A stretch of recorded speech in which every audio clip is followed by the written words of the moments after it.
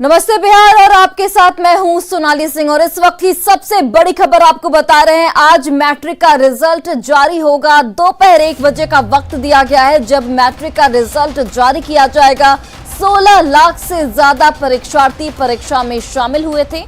Toppers की सूची में सिमुलतला का डंका बजेगा और पिछले साल की तुलना में रिजल्ट जो है वो बेहतर माना जा रहा है। ये जानकारी इस वक्त निकलकर सामने आ रही है। पासिंग परसेंटेज में इजाफा भी हो सकता है। news18bihar.com पर देखिए सबसे पहले रिजल्ट। तो ये बड़ी खबर आपको बता रहे हैं जहां पर दोपहर 1 बजे मैट्रिक का रिजल्ट जारी होगा। 16 लाख से ज्यादा परीक्षार्थी परीक्षा में शामिल हुए थे। टॉपर्स की सूची में सिमुलतला का डंका इस बार बजता हुआ नजर आ रहा है और पिछले साल की तुलना में रिजल्ट बेहतर होगा। ये जानकारी निकलकर सामने आ रही है।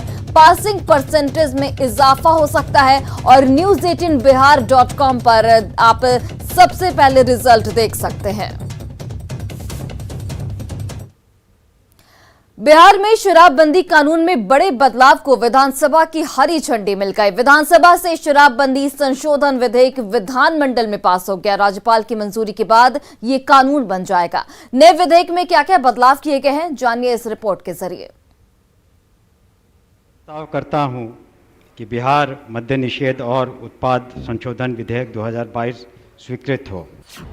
बिहार विधानसभा में मद्य निषेध मंत्री सुनील कुमार ने मद्य निषेध और उत्पाद संशोधन विधेयक 2022 का प्रस्ताव पेश किया, जो पूर्ण बहुमत से विधानसभा से पारित हो गया। बिहार मद्य निषेध और उत्पाद संशोधन विधेयक 2022 स्वीकृत हो।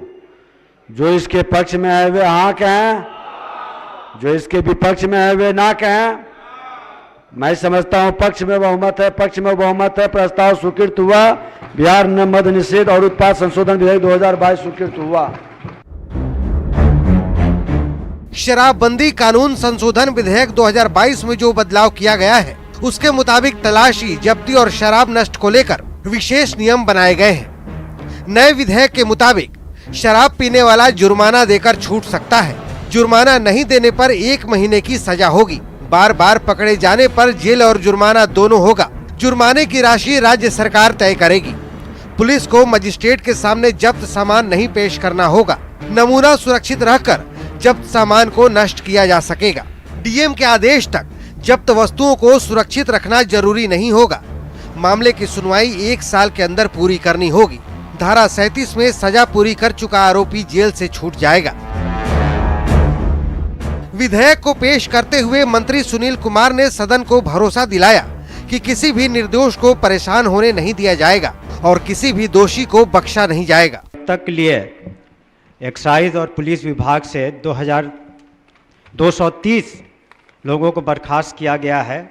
इस तरह से प्रशासन बिल्कुल और सरकार मुस्तैद है कि जो भी संलिप्त पाए जाते हैं उनके विरुद्ध जल्द से जल्द कार्रवाई हो सके।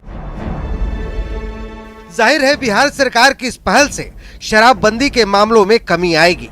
पटना से न्यूज़ 18 के लिए अमित कुमार और शैलेंद्र कुमार की रिपोर्ट। और बिहार सरकार ने शराबबंदी कानून में संशोधन किया है। विधान परिषद में विधेयक पर चर्चा के दौरान सीएम नीतीश कुमार ने कहा है कि शराबबंदी बापू का सपना था और जो व्यक्ति शराबबंदी कानून और राष्ट्रपिता महात्मा गांधी के सिद्धांतों को नहीं मानता है और शराब पी रहा है वो हिंदुस्तान हो ही नहीं सकता, बल्कि वो महापापी और महाअयोग्य है। बापू ने क्या कहा था? जिन्होंने देश को आजाद दिलवाया, अब उनकी बात भी तो कुछ सुनेगा ना। लेकिन कुछ अपने को काबिल समझता है, अपने को योग्य समझता है। उससे बढ़कर के कोई अयोग्य है ही नहीं, काबिल तो हो ही नहीं सकता है जो राष्ट्रपिता बापू की बात को नहीं सुनता। शराब पीना कितनी बुरी चीज है। शराब लोगों को किस तरह से बर्बाद करता है। खाली पैसे का नुकसान नहीं करता है, उसके जीवन को नुकसान कर देता है। बापू ने जो कुछ भी कहा है, एक एक घर तक हम लोग पहुंचा रहे हैं। देख लीजिए कि जितना भी कोई भी कानून आप बनाते हैं, लेकिन सब पर कोई नियम ठीक से करता है। अभी इधर उधर से धंधा करता है। हम लोग बजट बनाते हैं निर्माण के लिए, और निर्माण करने का जिसको जिम्मेदारी रहता है उसमें कुछ धंधा करके पैसा नहीं कमा। कि भावना को भी कोई नहीं मानता है तो हम तो मानते ही नहीं है कि वो हिंदुस्तानी है, वो भारतीय तो है ही नहीं और वो काबिल तो है ही नहीं। वो महाअयोग्य है, महापापी है। जो राष्ट्रपिता बापू की बात को भी नहीं सुनता है, अब समझता है, तो उसका क्या मतलब है? और बुधवार को बिहार विधानसभा में ओवैसी का पार्टी के विधायक का मार्शल आउट हुआ। मतलब मार्शल ने बांह पकड़कर सदन से बाहर कर दिया। ऐसी नौबत क्यों आई कि स्पीकर ये आदेश देना पड़ा स्पीकर को, कि आप भी जानिए। कड़ी कार्रवाई करने की मांग करता हूं। दोनों बांह पकड़कर किसी विधायक को सदन से बाहर करने की ऐसी तस्वीर शायद ही पहले आपने देखी होगी। ये है ओवैसी की पार्टी के विधायक अख्तरुल ईमान, जिन्हें स्पीकर के आदेश पर मार्शल ने बांह पकड़कर बाहर कर दिया। दरअसल अख्तरुल ईमान सदन में सीमांचल में नदियों और कटाव का मुद्दा उठा रहे थे, जिसे लेकर वो कार्य स्थगन प्रस्ताव की मांग कर रहे थे। अपनी मांगों को लेकर वो वेल में आ गए। जब स्पीकर के आदेश के बाद भी नहीं माने तो उन्हें मार्शल ने बाहर कर दिया। आप जेल में आएंगे, आपको बाहर कर देंगे सदन से। संचालित इनको बाहर करिए सदन से। स्कूल सेरमारी बाहर करिए। अन्य प्राइवेट स्कूलों द्वारा प्रतिवर्ष कॉपी ड्रेस आदि के नाम पर अभिभावकों से नाजायज मोटी रकम वसूल कर उनका आर्थिक दोहन किया जाता है। मैं सरकार से कड़ी कार्रवाई करने की मांग करता हूँ। चलिए बैठ मानिए सर। इस कार्रवाई के बाद सदन के भीतर वेल में आकर सीना चौड़ा करने वाले अख्तरुल ईमान बाहर आकर खुद को कमजोर बताने लगे। हम लोग को मार्शल आउट किया गया है। हम लोग का काम जब तक नहीं होगा हम लोग ये पर धरना दिए हुए हैं। सर आपको पकड़ के लाया गया अंदर से? पकड़ के नहीं गया, मार्शल आउट किया गया मुझको, तो मैं क्या कर सकता हूँ? मैं कमजोर हूँ इसी वजह से। सदन से बाहर होने के बाद अख्तरुल ईमान ने सियासी नाटक भी शुरू कर दिया और दूसरे विधायकों के साथ धरने पर बैठ गए। अख्तरुल ईमान वही विधायक है जिन्हें सदन में वंदे मातरम गाने से भी परहेज है। न्यूज़ 18 के लिए पटना से अमित कुमार की रिपोर्ट। और बीजेपी विधायक विनय बिहारी ने कहा कि बिहार में योगी मॉडल लागू होना चाहिए। इससे पहले विनय बिहारी ये भी कह चुके हैं कि डिप्टी सीएम तारकिशोर प्रसाद अच्छे मुख्यमंत्री साबित हो सकते हैं। विनय बिहारी ने कहा कि समय बदलने के साथ बहुत कुछ बदल जाता है। मैं एक बात बता रहा हूँ, 2005 में जो नीतीश कुमार जी थे वो 2020 में नहीं है। उनको योगी जी की तरह फिर से वो 2005 वाला नीतीश कुमार बनना पड़ेगा, क्योंकि इस माहौल में आज जगह जगह पे योगी मॉडल की बात हो रही है। तो मेरा कहना है कि मैं बिहार का हूँ, बिहार में हमारे मुख्यमंत्री नीतीश कुमार जी हैं। नीतीश मॉडल की बात क्यों ना हो, तो नीतीश जी को 2005 वाला नीतीश कुमार बनना पड़ेगा। 2005 में जो जोश था, जिस तरह से व्यवस्थाएं बदली गईं, उस तरह से आज फिर से काम करने की ज़रूरत। अब ये तो नहीं कहेंगे हम आपको कौन कमज़ोर हुआ कौन मजबूत हो, लेकिन 2005 वाली बात 2020 में। वहीं देखिए, पूर्व सीएम राबड़ी देवी ने कहा कि जब बीजेपी विधायकों को योगी इतने पसंद हैं तो योगी को ही बिहार का मुख्यमंत्री बना देना चाहिए। मैडम ये बताइए कि बीजेपी के नेता कह रहे हैं कि बिहार में योगी मॉडल की जरूरत है, आपको लगता है ऐसा कुछ? तो लावे ना योगी मठ के रोक ले, कोई रोका है क्या बिहार के? योगी के लेके यहाँ बैठा दे, बिहार में आया, बिहार के मुख्यमंत्री को वहाँ भेज दे यूपी में, और योगी के लावे यहाँ कोई रोका है? और अब बात करते हैं बोछा के सियासी अखाड़े की। मुख्यमंत्री नीतीश कुमार बोछा विधानसभा उपचुनाव के लिए प्रचार करेंगे। 12 अप्रैल को होने वाली वोटिंग के लिए 13 उम्मीदवार चुनावी मैदान में हैं। एनडीए जहां पूरी तरह एकजुट है, वहीं विपक्ष पूरी तरह बिखरा हुआ है। कांग्रेस और आरजेडी ने अपना अपना उम्मीदवार उतारा है, तो वहीं वीआईपी की तरफ से पूर्व मंत्री रमई राम की बेटी गीता देवी चुनावी मैदान में है। इसके अलावा कई दूसरी पार्टियों और निर्दलीय भी चुनावी मैदान में है। ये सीट वीआईपी विधायक मुसाफिर पासवान के निधन से खाली हुई थी। तब वीआईपी एनडीए गठबंधन का हिस्सा थी, लेकिन अब वीआईपी के रास्ते बिल्कुल अलग हैं और एनडीए इस सीट को अपने पास रखने के लिए पूरा जोर लगा रहा है। बीजेपी के 3 मंत्री और 38 विधायक चुनाव प्रचार की कमान संभाले हैं और अब सीएम नीतीश कुमार भी एनडीए उम्मीदवार के लिए प्रचार करेंगे। बिहार विधान परिषद को बहुत जल्द 24 सदस्य मिलने वाले हैं। एमएलसी चुनाव को लेकर जहां उम्मीदवार जी तोड़ मेहनत कर रहे हैं, तो अंदर खाने पैसों के खेल की चर्चा भी आम हो चली है। ऐसे में सवाल यही कि आखिर विधानमंडल के ऊपर सदन में किसकी चलेगी।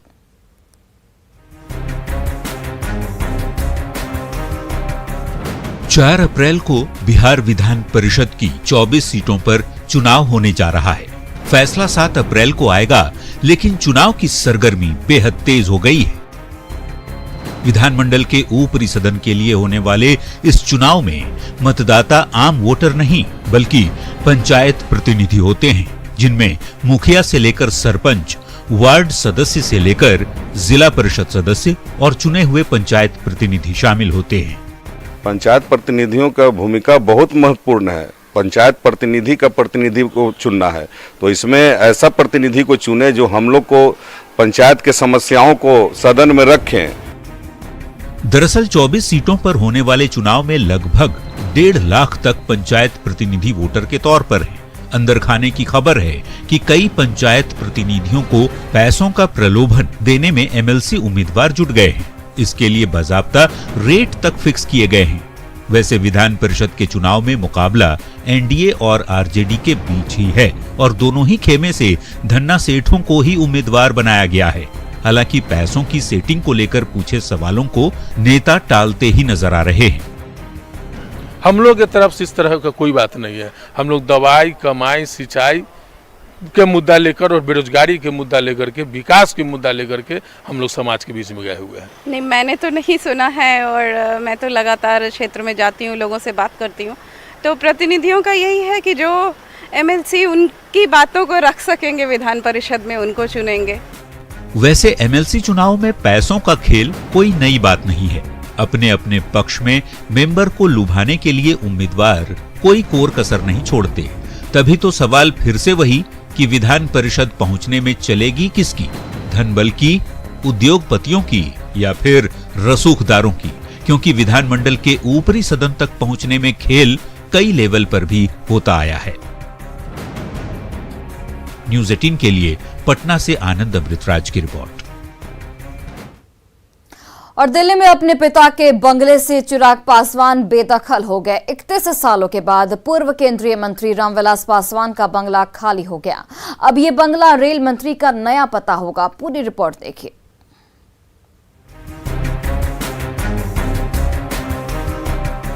पूर्व केंद्रीय मंत्री रामविलास पासवान का दिल्ली में 12 जनपद स्थित सरकारी बंगला अब रेल मंत्री अश्विनी वैष्णव को आवंटित कर दिया गया है। ये बंगला रामविलास पासवान को अलॉट था। रामविलास पासवान के निधन के बाद से इसमें चिराग पासवान अपनी मां के साथ रह रहे थे, लेकिन अब ये बंगला केंद्रीय रेल मंत्री अश्विनी वैष्णव को अलॉट है। रामविलास पासवान का ये बंगला हुआ करता था, चूंकि स्वर्गीय रामविलास पासवान के न होने के बाद ये बंगला खाली कराया जा रहा है। देखिए, इसी ट्रक में तमाम उनके बंगले से संबंधित तमाम जो सामान है वो फिलहाल खाली कराया जा रहा है। और आप देख भी सकते हैं, ये इस ट्रक में तमाम जो सोफे हैं वो लेकर जा रहे हैं। देख भी सकते हैं तमाम जो फिलहाल उनकी यादें जो जुड़ी हुई थी, आप ये भी देखिए, तमाम जो सामान है, साइकिल्स हैं, बेड्स हैं, ये तमाम जो चीजें हैं फिलहाल स्वर्गीय रामविलास पासवान के इस बंगले में थी। चूंकि अब उस बंगले को फिलहाल खाली करवाया जा रहा है। इस बंगले में रामविलास पासवान 31 सालों से रह रहे थे। रामविलास पासवान का ये बंगला 1989 में आवंटित किया गया था, लेकिन अक्टूबर 2020 में रामविलास पासवान के निधन के बाद इस बंगले को रेल मंत्री को आवंटित कर दिया गया। दिल्ली से न्यूज़ 18 के लिए अमितेश कुमार और सुशील पांडे की रिपोर्ट। और बिहार में स्वास्थ्य विभाग की एक बार फिर से शर्मसार करने वाली तस्वीर सामने आई है। कटिहार में जब एक बेटे को मां के इलाज के लिए एम्बुलेंस नहीं मिला तो वो ठेले से ही अपनी मां को लेकर अस्पताल पहुंच गया। कटिहार जिले में कुल 33 एम्बुलेंस हैं, जिसमें से 9 एम्बुलेंस खराब हैं। आम लोगों को जरूरत के वक्त एम्बुलेंस नहीं मिलता, जिससे मरीज परेशान हो जाते हैं। इस तस्वीर में आप देख सकते हैं कि एक एम्बुलेंस बगल में खड़ी है और एक बेटा अपनी मां को उसी के बगल से ठेले पर लेकर पहुंचता है अस्पताल। तो ये तस्वीरें देखिए आप। हपला से। कौन है वो? हमारा मैं है। ठेला पे लेकर आए, एम्बुलेंस नहीं मिला? एम्बुलेंस नहीं मिला है, इसलिए लेके आए हैं। अपने ठेला से बगले में था। तो ये तस्वीरें देखिए जो बदहाल स्वास्थ्य सिस्टम को उजागर करते हैं। किस तरीके से यहाँ पर एम्बुलेंस की व्यवस्था है, लेकिन एम्बुलेंस खराब है और इस वजह से जो मरीज है उसको ठेले पर ले जाना पड़ रहा है। तो ये तस्वीर दिल को झकझोर देने वाली है और स्वास्थ्य विभाग के जो कार्यशैली है उस पर गंभीर सवाल खड़ा करती है। पटना पुलिस ने साइबर ठगी करने वाले बंटी बबली को गिरफ्तार कर जेल भेज दिया है। ये दोनों पति पत्नी हैं और अपना नाम बदलकर साइबर क्राइम करते थे। पुलिस को डराने के लिए फर्जी प्रेस कार्ड भी इन लोगों ने बनवा रखा था। पुलिस ने बताया कि पति पत्नी मिलकर लोगों के अकाउंट से पैसे उड़ा लेते थे। फिलहाल पुलिस इन दोनों से पूछताछ में जुटी है। 16/12/2021 को एक FIR रजिस्टर हुई थी विक्रम में। उसमें उनके द्वारा बोला गया था कि 2 लाख के आसपास का फ्रॉड हुआ है उनके साथ में, OTP फ्रॉड हुआ है। तो अज्ञात के खिलाफ में था शुरुआत में FIR। बाद में जब तकनीकी अनुसंधान हुआ और बैंक स्टेटमेंट वगैरह को चेक किया गया तो इन्वेस्टिगेशन में चीज़ बाहर आई कि 4 दिसंबर को जो वादी हैं संतोष कुमार, इनके अकाउंट से 9 बार धानी पे और धानी वॉलेट, धानी पे भी है, धानी वॉलेट भी है, उसके थ्रू 1.5 लाख रुपए का ट्रांजैक्शन हुआ है। तो ये मेन इसका क्रक्स यही है कि 1.5-2 लाख का ट्रांजैक्शन हुआ था। बाकी 1-2 लोग और हैं जिन पे अभी काम किया जा रहा है, बट मास्टरमाइंड यही था आकाश और इसकी पार्टनर किरण कुमार। और पटना के बख्तियारपुर में स्कूल की जमीन पर अतिक्रमण पर बुलडोजर चला। गणेश हाई स्कूल की जमीन पर अतिक्रमण कर मकान बनाया जा रहा था। प्रशासन की ओर से अतिक्रमण हटाने का नोटिस भी दिया गया था, लेकिन कई बार नोटिस देने के बाद भी अतिक्रमित जमीन को खाली नहीं कराया गया, जिसके बाद बुलडोजर से अतिक्रमण को हटाया गया। ये वही स्कूल है जहां से CM नीतीश कुमार ने पढ़ाई की है।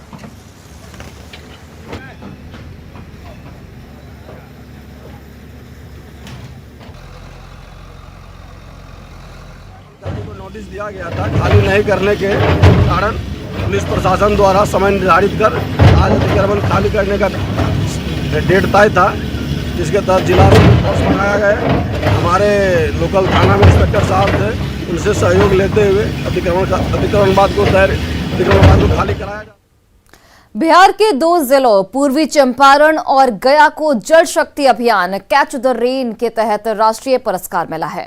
बिहार के मुख्य सचिव आमिर सुबहानी ने कहा कि राज्य के सभी जिलों में यह अभियान चल रहा है और अगले महीने सार्वजनिक जल स्रोतों को अतिक्रमण मुक्त कराने के लिए अभियान चलाया जाएगा। उन्होंने इसके लिए आम लोगों से भी सहयोग मांगा है। हटवाने में सहयोग करें, सामाजिक प्रयास करें, प्रशासन का हाथ मजबूत करें। उसी तरह से जहां पर खुदाई हो रही है, जहां पर सफाई हो रही है, आहर पाइन की, तालाब की, वो करें। हम जनता से सहयोग मांगते हैं, लेकिन आर्थिक सहयोग नहीं मांग रहे हैं। और देखिए, पूर्णिया में आज सुबह मौसम ने अचानक करवट ली है। सुबह से ही मौसम में हुए बदलाव से जिले में बारिश हो रही है, जिससे तापमान में गिरावट दर्ज की गई है। अचानक हुई बारिश से लोगों को गर्मी से राहत मिली है और मौसम काफी सुहाना हो गया है।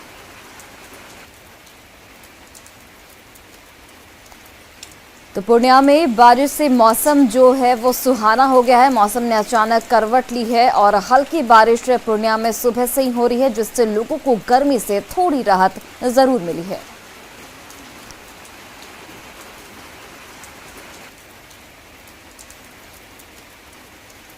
तो जिस तरीके से बिहार में लगातार तापमान बढ़ता जा रहा था, गर्मी से लोग बेहद परेशान थे। लू की वजह से भी लोग बाहर निकलने से डर रहे थे। और पूर्णिया की तस्वीरें देखिए, जहां पर बारिश हो रही है आज सुबह से ही और मौसम का जो मिजाज है वो बदल गया है और इसकी वजह से लोग जो है वो बेहद खुश हैं। लोगों को भीषण गर्मी से थोड़ी राहत मिली है।